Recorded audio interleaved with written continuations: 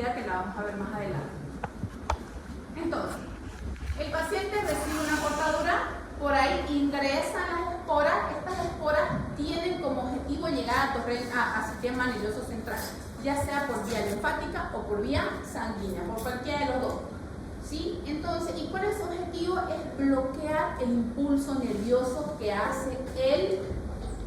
¿Qué es esto? ¿Anato? Neurotransmisor. Ya, y este Una fibra. músculo. Entonces, lo que buscan esta toxina es bloquear, ¿sí? Bloquear este contacto y que el músculo no reciba el estímulo del nervio. Ahí tenemos.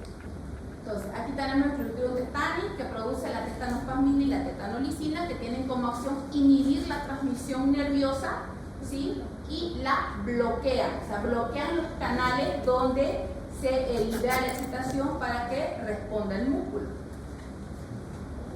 Ahora, periodo de incubación de los trítonos una vez que ingresa al cuerpo es relativamente variable, dependiendo de dónde fue la lesión. Si la lesión es en pie, en pierna, el periodo de incubación es más largo porque a la bacteria le toma más tiempo llegar al sistema nervioso central. Pero diferente fuera si la cortadura contaminada por bacterias fue en cara o en rostro. Entonces va a ser muy corto el periodo de incubación, por eso es que es bastante amplia la diferencia de 6 a 15 días dependiendo de la ubicación de la lesión. Y los síntomas van a empezar como calambre, contracción muscular, aumento de reflejos, signos de rigidez del músculo mandibular. Esto siempre es pregunta de examen, que es el trismo o trisus, ¿sí? Y las enfermedades o los cuadros que van a poderse evidenciar en un tétano es tétano localizado. Este es muy raro. Tétano generalizado, que es el más común. Tétano cefálico. El tétano cefálico no es una complicación en realidad. Si has recibido alguna lesión o golpe en el cráneo o la cara y se complica con la espora. Y el tétano neonatal, esto es más una negligencia médica, porque el tétano neonatal ocurre cuando se hace el corte del cordón umbilical con un material infectado. Y muere la gente, ¿no? Los bebés. Es más una negligencia médica. Veamos el tétano localizado. El tétano localizado es una clínica que solo se manifiesta a nivel de la lesión, no se va a diseminar, ¿ok? Es bastante raro porque generalmente tanto se generaliza, no se queda en un solo lugar. Entonces, en la puerta de entrada se va a presentar rigidez de los músculos cercanos a la infección, ¿sí? Y estos se van a contraer. Esta necrosis que vemos a nivel de la lesión es porque dijimos que el bacilo es anaeróbico estricto, odia el oxígeno. Entonces lo que hace es cortar la vía de suministro de oxígeno, que es la vía sanguínea, ¿sí? Tétano generalizado, este es el más común de todos, ¿sí? Y se manifiesta de forma descendente. ¿A qué me refiero con descendente? Por ejemplo, si la herida está en pierna, aquí en muslo, la alteración empieza primero para abajo, ¿ok? Entonces, y los síntomas clásicos de un tétano generalizado son preguntas de examen, el trismo, la disfagia. ¿Quién me dice qué es la disfagia? Dificultad para respirar. Para traer. Luego me dice es disnea. Sí. Rigidez de cuello. Si tenemos un paciente con rigidez de cuello, el primer diagnóstico diferencial que tenemos que hacer, ¿cuál es? Rigidez de nuca. ¿Cómo? Si tenemos un paciente con rigidez de cuello y rigidez de nuca, ¿qué es lo primero que tenemos que hacer en diagnóstico diferencial? No vamos a pensar, no tétanos generalizados. No. Meningitis. En la meningitis bacteriana, el primer síntoma, el síntoma patonomónico, o sea, propio, es la rigidez de nuca. ¿Ok? Rigidez de nuca y cuello. Risa sardónica es esta risa sardónica, una risa fingida, no se ve natural. ¿Sí? Convulsiones, obviamente, y la posición epistótona, que es esta aquí, que es el arqueado, ¿sí? De la espalda, porque es la posición más cómoda que siente el paciente y por la rigidez que presenta en cuello y espalda. El paciente va a presentar babeo, sudoración, irritabilidad, arritmias cardíacas, y si esto no se seda ni se intuba, el paciente muere por fallo cardiorrespiratorio. Tétano cefálico. Como dijimos, el tétano cefálico es bastante raro. y es más una complicación de una lesión que el paciente tuvo a nivel de cara o a nivel de rostro. Por eso incluso cuando un paciente llega a emergencia con una mordedura de perro, ¿sí? A pesar de que el perro sea conocido, sea vacunado, todo lo que ustedes quieran, está indicado como profiláctico la antitetánica y está indicado antibiótico para prevenir bacterias. O sea, no solamente cubrimos virus en una mordedura de perro, tenemos que cubrir bacterias. ¿Ok? Bueno, el periodo de incubación es bastante corto, 24 a 48 horas. El pronóstico es bastante desfavorable si no actuamos inmediatamente. Y lo primero que se produce son la parálisis del par craneal número 7. ¿Cuál es el par craneal número 7, María José María? Usted que llegó el año pasado a casi primer lugar en la unidad de anatomía. Facial. Es el facial. Y por último, el tétano neonatal. ¿Okay? El tétano neonatal también es una negligencia, se podría decir, porque se utilizó para cortar el cordón umbilical material contaminado. Esto en el 90% de los casos es mortal. Y si el bebé no fallece, va a presentar una complicación de desarrollo. Esto también se puede prevenir si la mamá recibe la inmunización durante el embarazo. Está indicado también recibir la antitetánica durante el embarazo. Es parte del control prenatal. Aunque no tenga nada, digamos. Aunque no tenga nada. Es como profilaxis. Diagnóstico. El diagnóstico del tétano es netamente clínico porque son síntomas muy propios del tétano que no tiene cualquier otra bacteria. Pero también los pueden respaldar con frotis de las lesiones afectadas, para ver una microscopía directa, una inmunofluorescencia o solamente cultivo de la secreción si es que la hay para ver el tipo de bacteria que se va a manifestar. Tratamiento. El tratamiento generalmente, lo que pasa es que el paciente siempre llega cuando ya no aguanta, ¿ok? Cuando ya no puede caminar, cuando está cojeando. Entonces generalmente el tratamiento siempre es invasivo. Entonces el tratamiento siempre va a ser intubación, sedación, traqueotomía, entonces es bastante agresivo. 1. 2. Antitoxina. Sabemos que lo que está causando el problema en sí no es la bacteria, sino la toxina que está produciendo la bacteria. Entonces tenemos que combatir dos cosas. Tenemos que combatir una antitoxina para tratar de cortar las toxinas que están en el torrente sanguíneo, y 2.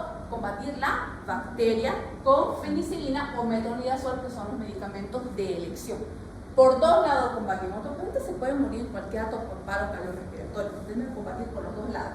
Entonces, monitorización, signos vitales, puede ser traqueotomía, sedación, intubación, y combatir lo que es las toxinas. Una vez que intentemos disminuir la mayor cantidad de toxinas, ya decir, podemos despertar al paciente.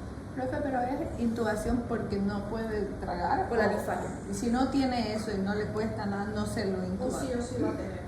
Lo que pasa es que si tu paciente está con riesgo de fallo cardiorrespiratorio, o sea que los músculos respiratorios dejen de moverse, tenemos que intubar. No tanto por la disfagia, no por el paro. Ya, y obviamente cuidado de la herida. Si es una herida que está infectada, hay que desbridar. Y las desbridaciones generalmente son desbridaciones quirúrgicas. Y ahí tenemos en la prevención la inmunización, que está presente en la pentavalente, que es la dosis que recibe. ¿Cuántas dosis recibimos? Recibimos 5 dosis. Ojo, que esto es pregunta de examen. ¿Okay? Entonces, en la pentavalente son 5 enfermedades. Tenemos una que es el tétano, y ponemos a los 2, a los 4, a los 6 meses, primer refuerzo de año y medio a 2 años y segundo refuerzo de 4 a 5 años. ¿Okay? Y para los adultos también tenemos campañas de vacunación que cuando la hayan, aprovechenla, ¿sí? También se le puede poner para los adultos en campaña. Clostridium botulinum, que igual es un primo del Clostridium tetani. ¿Por qué se llama botulinum? Algunas bibliografías dicen porque deriva de la palabra botulus, que significa embutido, ya que se lo encuentra en casi todos los embutidos que no son bien conservados.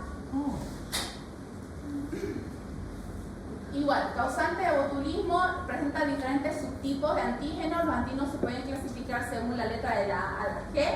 La mayoría de las enfermedades que puse el botulino lo producen las toxinas A, B, E y F y se encuentra ocasionalmente en las heces fecales y forma esporas bastante resistentes al calor. ¿Okay? Patogenia. Este puede entrar por vía oral si consumimos alguna conserva. Siempre en la casa, a ver, ¿quién no tiene miel en la casa? Y lo tenemos meses, no lo sacamos de un día para otro. El principal cultivo de concentración de botulino y peligroso es la miel. Cuando todo el mundo mete el dedo, mete la cuchara, la principal fuente de botulino es la miel. ¿Okay? Entonces, mucho con la miel. ¿Botulino es envenenamiento? No se utiliza envenenamiento, se intoxicación. Porque, o sea, en internet dice envenenamiento por toxina, pero no sé qué. No se utiliza mucho.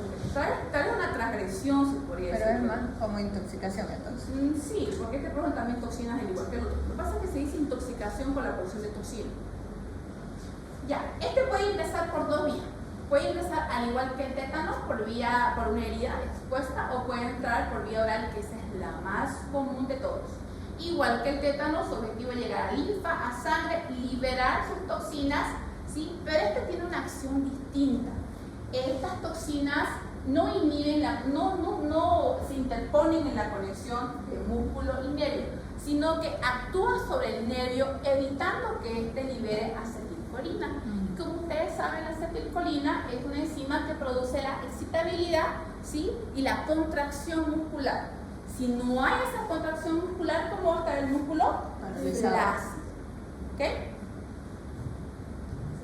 Entonces, presentación del cuadro clínico. El periodo de incubación, al igual que el tétano, es dependiendo de cuánta cantidad de embutido hemos comido o también dependiendo de la herida que está bastante cerca del sistema nervioso. Pero el cuadro clínico va a presentar tres cuadros clínicos importantes. Botulismo clásico o alimentario, que este es el más común y es donde consumimos toxinas debido a los embutidos. Botulismo por herida no es muy frecuente, que digamos, igual es el ingreso por una herida expuesta. Y botulismo del lactante. Ojo que esta es pregunta de examen, por eso lo puse con negro oscurito. Porque es muy común en las mamás que están dando de lactar ayudarse con leche materna o incluso cuando están cambiándole a que el bebé suelte la teta y agarre el chupón, le ponen miel en el pezón para que lo agarre. Así que le explica a la mamá de dónde se contagia el botulismo. Y esta cuarta, que no está en Murray, pero que quería que lo sepan, es botulismo por inhalación. Que ha sido una de las principales preocupaciones del médico, porque si a alguien se le ocurre hacer una guerra biológica, esta bacteria sería la indicada. Vamos adelante, ¿por qué? Bueno, botulismo por alimentación, obviamente por consumir conservas mal mantenidas, ¿sí? Y el paciente va a presentar visión borrosa, pupilas fijas, dilatadas, estreñimiento, dolor abdominal. El periodo de incubación es bastante corto, de 1 a 3 días, dependiendo cuán cantidad de embutido o conservas hemos tenido. La mortalidad es baja, en realidad solamente vas a producir una transgresión alimentaria, una diarrea, un dolor, un cólico. Es muy baja si es que no tomas tratamiento. Botulismo por herida es bastante raro igual, sí, pero se produce al igual que el tétano por la contaminación de una herida o una cortadura. ¿Okay? El periodo de incubación es bastante prolongado porque es bastante rara este tipo de pacientes, no se suelen presentar. Profe, pero ¿y si hay una herida así, cómo nos inclinamos hacia qué bacteria o qué? Cultivo. De la zona, digamos. Cultivo de la zona afectada. Ya, botulismo del lactante está producida porque la mamá no tiene bastante higiene con la alimentación del bebé y que se desarrolla netamente en el aparato digestivo del lactante. La fase inicial el bebé va a presentar bastante estreñimiento y flacidez. Y va a presentar el llanto de medro, que está siempre en pregunta de examen. ¿Ya? El llanto de medro es el llanto débil que produce un bebé con botulismo neonatal. Si no se trata urgente, este paciente presenta parálisis facial e insuficiencia respiratoria y el bebé fallece. Y por último, como les decía, el botulismo por inhalación, ¿sí? Si a alguien se le ocurre utilizarlo como una guerra biológica, es un indicado. ¿Por qué? Porque es de fácil diseminación, solamente es por aire y en 24 horas puede producir paro cardiorrespiratorio. Antes que el paciente se dé cuenta, ya le va a tener un paro. ¿Okay? ¿La gente sabe? Sí. Y diagnóstico laboratorial. En el caso del botulismo alimentario, análisis obviamente del alimento que estemos sospechando que fue el causante y microscopía de ese. En el caso del botulismo lactante, igual microscopía de ese y cultivo de ese. En el caso del botulismo de la herida, como decimos, hisopado de la herida. Sencillo. Tratamiento. Como ustedes verán, en la mayoría de los casos los tratamientos son invasivos. Son sedación, intubación, medidas de sostén, soporte, monitorización de signos vitales, medicamentos de amplio espectro como ser el metronidazol y la penicilina y obviamente administración de antitoxina para poder combatir la bacteria por los dos lados. Y eso siempre es pregunta de examen. O cuando hablamos de Clostridium, el tratamiento incluye antitoxina y antibiótico, incluye los dos. ¿Cuál es antitoxina? Ejemplo, el metronidazol sería. No, ese es antibiótico. Pero ¿cuál es conocido? Ese es su nombre, antitoxina. ¿Sí, no? Antitoxina para el botulino, antitoxina para el tetano. Ya. ¿Es intravenoso? Intravenoso. Entonces, en una intoxicación alimentaria, si el paciente te llega con una intoxicación alimentaria, te dice que sintió que algo le cayó mal, pero tú le preguntas la evolución y te dice no hace 2 horas, puedes intentar un lavado gástrico, puedes intentar una inducción al vómito para poder tratar de, no eliminarla por completo, pero tratar de disminuir la carga bacteriana que ingresó. Puedes intentar. Pero si un paciente te dice, no doctora, fue ayer, no, pues, ni idea, ya está en intestino grueso. Entonces, si no, neutralizar la toxina, medidas de soporte. Botulismo por herida, neutralizar la toxina, antibiótico, medidas de soporte. Botulismo lactante, aquí es más importante la medida de soporte porque el bebé se puede ir en cualquier ratito. ¿Profe, medida de soporte es intubar? Intubar. Ahora, no todo es malo. El botulismo es utilizado para el famoso Botox. Es una bacteria que se utiliza para borrar las arruguitas que lo utilizan tanto las niñas como los niños. ¿Ok? ¿Por qué? Porque ¿qué dijimos que producía la bacteria? Las toxinas, flacidez muscular. Entonces, esta bacteria, especialmente la cepa A, se utilizó para producir el famoso Botox, que se pone a nivel muscular, provocando que el músculo deje de contraerse y esté flácido. Obviamente esto es temporal. Ahí, dependiendo del tipo de Botox, puede durar 6 meses, 8 meses, pero ya tienes una flacidez y cosa que cuando quieras fruncir el ceño, no puedes. Entonces ya la arruguita obviamente no se va a ver. ¿Así? Entonces no todo es negativo con esta bacteria. Vamos con el perfringe. El perfringe, a mi parecer, es uno de los más agresivos porque presenta unas toxinas súper agresivas. Igual es un bacilo gram positivo, de gran tamaño, anaeróbico, poco estricto, tiene también algunas cepas aerotolerantes, de rápido crecimiento y se subdivide igual por subtipos de la A a la E. Rara vez forma esporas y su principal agente virulento es producir hemólisis completa. Esto es pregunta de examen siempre. Las toxinas que producen el perfringe, ¿ok? Tenemos las toxinas alfa que producen hemólisis, destrucción severa de leucocitos, eritrocitos y células musculares. Tenemos las toxinas beta que actúan más a nivel de una alteración intestinal, produciendo una estasis intestinal. ¿Quién me puede decir que es una estasis intestinal? Ustedes saben que el intestino tiene un movimiento peristáltico normal. Esta toxina evita ese movimiento. No hay ese movimiento peristáltico normal, ¿ok? Y si no hay movimiento peristáltico, va a haber obviamente alteraciones en todo lo que es la fisiología del intestino. Toxina de epsilon también aumenta la permeabilidad vascular del tubo digestivo. Y la toxina de lota, esas siempre son preguntas de examen. ¿Y qué significa que aumenta la permeabilidad vascular? Que dice aumenta la permeabilidad vascular de la pared del tubo digestivo, o sea, llega más sangre. Permite que todo entre, incluso las bacterias. Y la hemólisis es cuando destrucción de glóbulos rojos. Solo rojos. Solo rojos. Porque dijo completa significa que mueren todos antes de volver a producir. Todos. Ya, epidemiología, al igual que los anteriores, lo encontramos en aparato digestivo, los encontramos en aparato animal, humano, distribuido en lo que es el suelo, el agua. Y generalmente el principal causante de infección, y eso es pregunta de examen, es la cepa A. O sea, el principal, el más común que causa procesos gastrointestinales en el humano es la cepa A. Manifestaciones clínicas. Una vez que ingresa la bacteria, ya a las 4 horas ya puede haber dolor local desproporcionado, taquicardia. ¿Qué es taquicardia? Aceleración del corazón. Hipotensión. Disminución. Ya. Taquipnea. Disminución de respiración rápida. Ya. Signos de delirio y desorientación. Si yo aquí ya no medico, a las 6 horas siguientes el paciente va a aprender complicaciones como edema, la piel sufre bastante cambios, empieza como que a necrosarse la piel, pierde su vitalidad.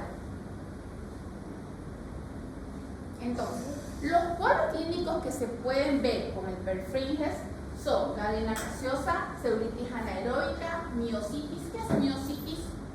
Itis, inflamación. Mio, músculo, inflamación del músculo. Pero ¿y por qué supurativo? Porque hay secreciones, hay pus. Y endometritis, eso no lo saben, que es endometritis, ¿no? Inflamación del endometrio. ¿Ya? También puede producir no solo lesiones a nivel, no solo produce lesiones a nivel de tejido blando, también intoxicaciones alimentarias como la enteritis necrotizante, que es la que vimos de las toxinas que aumentan la permeabilidad del intestino, y también puede producir septicemia, y ya es cuando ya casi no hay vuelta atrás, ya cuando la bacteria ha llegado a torrente y es muy difícil combatir. Entonces, veamos gangrena gaseosa. Tenemos tres tipos de gangrenas bastante importantes, que son la miositis anaeróbica, que es una gangrena clásica. Realmente se inicia cuando hubo un antecedente de alguna lesión traumática o abdominal. Celulitis anaeróbica se presenta más frecuente en pacientes con leucemia. ¿Quién me dice qué es leucemia? Ya.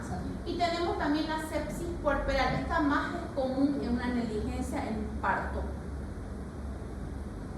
o aborto, legrados.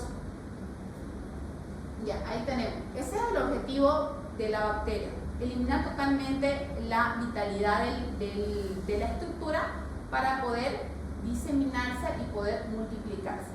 Tenemos la celulitis anaeróbica. En este caso, por favor, esto se parece bastante a la erisipela, entonces hay que hacer una buena anamnesis. Saben ustedes que la erisipela es por el estreptococo pyogenes, eso lo vimos. Enfermedades por Clostridium, también se puede ver intoxicación alimentaria, es bastante rara, no es muy común.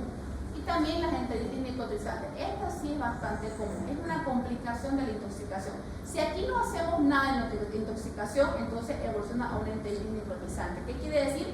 El intestino empieza a perder vitalidad y empieza a necrosarse. Y generalmente la enteritis necrotizante, si ya la confirmamos, es quirúrgica. Hay que cortar la parte desvitalizada y unir. Diagnóstico. En los Clostridium, generalmente el principal diagnóstico es clínico y el tratamiento es urgente. Pero después pueden confirmar con microscopía, con cultivo de la secreción, si es que la hay, ¿sí? Para poder confirmar la presencia de la bacteria. En las intoxicaciones alimentarias pueden hacer un hisopado de lo que son los alimentos, de las heces fecales. Ya, tratamiento. En el caso de la gangrena gaseosa, que es una lesión bastante agresiva en la zona afectada, la desviación primeramente es desviación quirúrgica. Hay que darle vitalidad a ese tejido, hay que quitar todo el tejido muerto e intentar que se regenere. Ese tejido muerto no va a permitir que cicatrice. ¿Por qué? Porque está la bacteria presente que está cortando todas las vías de entrada de oxígeno, entonces hay que retirar lo más que se pueda. Dosis antibiótica altísimo de penicilina. El tratamiento de elección es la penicilina. Este es un pronóstico totalmente desfavorable. A veces suelen perderlo el miembro o el médico, al ver que no está cicatrizando, opta por cortar, porque por aquí, si no está cicatrizando, por aquí, por esta pierna se están mandando bacterias a todo el cuerpo. Entonces a veces el médico opta por cortar. Ya, oxigenoterapia, obviamente, en la enteronecrotizante, igual penicilina, clonazepam, intervención quirúrgica para remover. Generalmente esto se produce en intestino delgado, no en intestino grueso. ¿Qué es eso de ahí? Esto no hay acá. Lo que pasa es que como es una bacteria que puede estar en el ambiente, entonces lo que se le pone para evitar complicación de esta piel, y no porque se complique con los Clostridium, sino porque en el ambiente hay distintos tipos de bacterias, virus, ¿no?, que están flotando. Entonces lo que se quiere evitar es que se complique. Una de las bacterias que le encanta este tipo de lesiones es la pseudomonas. La pseudomonas está en el aire y le encanta lesiones abiertas. Entonces lo que se le hace es ponerlo en un lugar cerrado, hermético, para evitar ventar la herida y tenerla libre, pero sin peligro que se te contamine. Porque si ustedes tienen una herida así, o por lo menos cuando ustedes se raspen, se van a dar cuenta que lo peor que pueden hacer es ventarla. Si tienen una lesión esporativa, o sea, no cortada, sino raspada, lo peor que pueden hacer es ventarla. La herida supura, ¿okay? La herida suda. Y si están con la venta, ténganlo por seguro que van a encontrar. Es como que ustedes le pongan una casita a la bacteria. Entonces solo vendenla, ustedes van a salir al exterior. Si ustedes van a estar en la casita, no la venden. Y nunca pongan crema, pues es como que le pongan una piscina para que la bacteria se desarrolle. Hay que ponerle medicamentos secativos, algo que seque la salida de agua, ¿okay? Porque la salida de agua es como un vehículo donde la bacteria se puede transportar de un lugar a otro.